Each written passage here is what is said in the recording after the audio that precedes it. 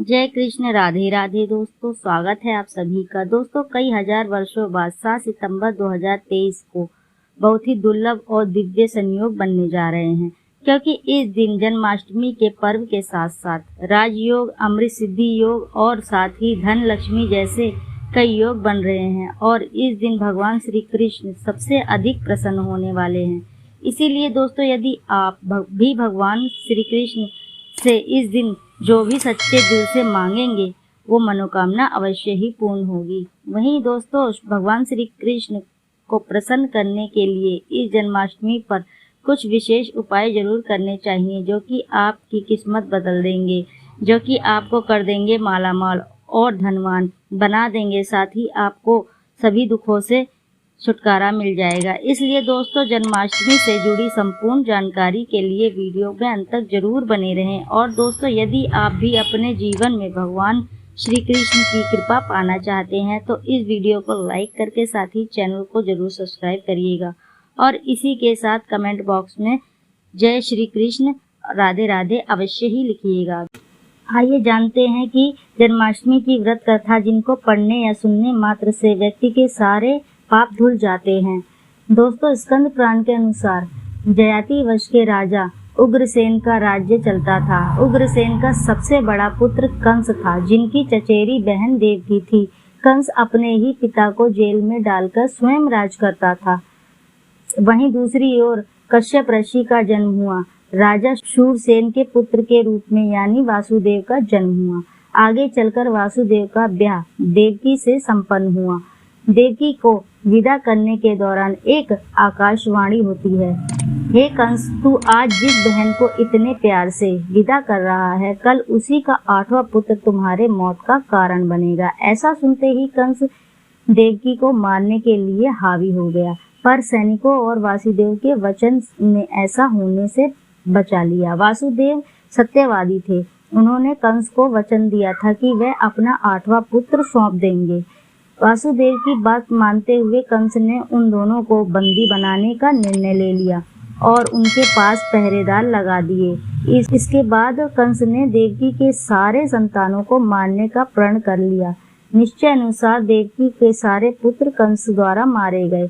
इसके बाद देवकी के 8वें पुत्र का जन्म हुआ। भाद्रपद माह के कृष्ण पक्ष की अष्टमी तिथि को रोहिणी नक्षत्र के दौरान मध्य रात्रि में भगवान श्री कृष्ण का जन्म हुआ।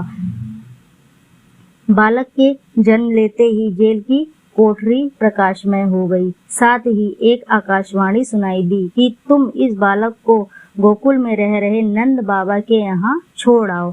वहाँ एक कन्या का जन्म हुआ है, उसे तुम यहाँ ले आओ। ऐसा सुनते ही वासुदेव के हथकड़ियाँ खुल गई। तुरंत ही एक टोकरी में श्री कृष्ण को रखकर इसे माथे पर लादे गोकुल की ओर निकल पड़े। रास्ते में यमुना नदी बाल कृष्ण के चरणों को स्पर्श करने के लिए उफान पर आ गई।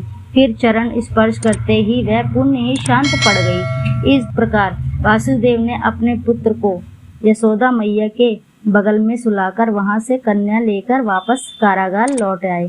जेल के दरवाजे अपने आप बंद हो गए।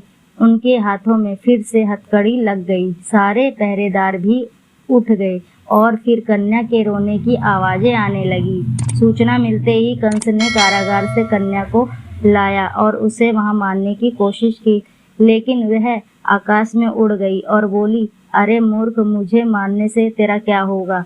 तुझे मारने वाला तो पैदा हो चुका है। इसके बाद कंस ने कृष्ण को पता लगाकर उन्हें मारने की खूब प्रयास किया। कई दैत्य राक्षस भेजे, परंतु कृष्ण को कोई मार नहीं पाया।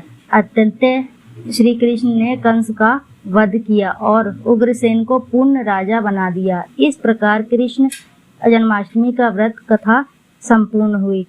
ऐसी मान्यता है कि जन्माष्टमी के दिन व्रत कथा पढ़ने या सुनने से व्यक्ति के सारे पाप कर्म नष्ट हो जाते हैं, जीवन के सारे कष्ट दूर हो जाते हैं, साथ ही भगवान की आशीर्वाद सदैव बना रहता है। तो दोस्तों आइए अब जान लेते हैं कि कौन से उपाय हैं जिन्हें करने से आपकी किस्मत के ताले खुल जाएंगे और चमक जाएगी आपका भाग्य।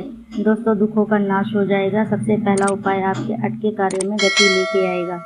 दोस्तों जन्माष्टमी के दिन सुबह स्नान व ध्यान करने के बाद घर के बाल गोपाल को नई पोशाक पहनाएं, फिर भोग लगाएं और गोपी चंदन से भोग करें और उसके बाद पास के राधा कृष्ण मंदिर में जाकर वैजंती फूलों की माला अर्पित करें। यदि वैजंती फूलों की माला ना मिले तो पीले फूलों की माला भी अर्पित कर सकते हैं। ऐसा करने से भगवान श्री कृष्ण का आशीर्वाद मिलेगा, अटके कार्यों में गति आएगी। दूसरा उपाय, और इस उपाय को करने से आपका भाग्य मजबूत होगा। दोस्तों, जन्माष्टमी के दिन बाल गोपाल को केसर, मेवा, मिश्री, साबूदाने या खीर का तुलसी डालकर भोग लगाएं, परंतु ध्यान रखें कि खीर में चीनी की जगह मिश्री ही डालनी हो। मेवा मिठाई भी अर्पित कर सकते हैं। ऐसा करने से कान्हा की कृपा प्राप्त होती है, भाग्य भी मजबूत होता है। तीसरा उपाय से आपके घर में धन धान्य की कमी नहीं होगी। दोस्तों, सुख समृद्धि के लिए जन्माष्टमी के दिन बाल गोपाल की पूजा करते समय एक पान का पत्ता भी अर्पित करें।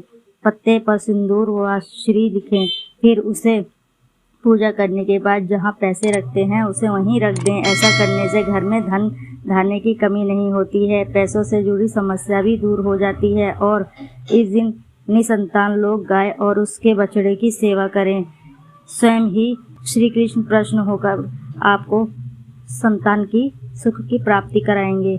दोस्तों, सचमुच ऐसा उपाय कोई आपको अमूल्य रुपये खर्च करने पर भी नहीं बताएगा। यदि जानकारी पसंद आई हो तो वीडियो को लाइक करें, साथ में चैनल को सब्सक्राइब कर लें और कमेंट में जय श्री राधे कृष्ण जरूर लिखें।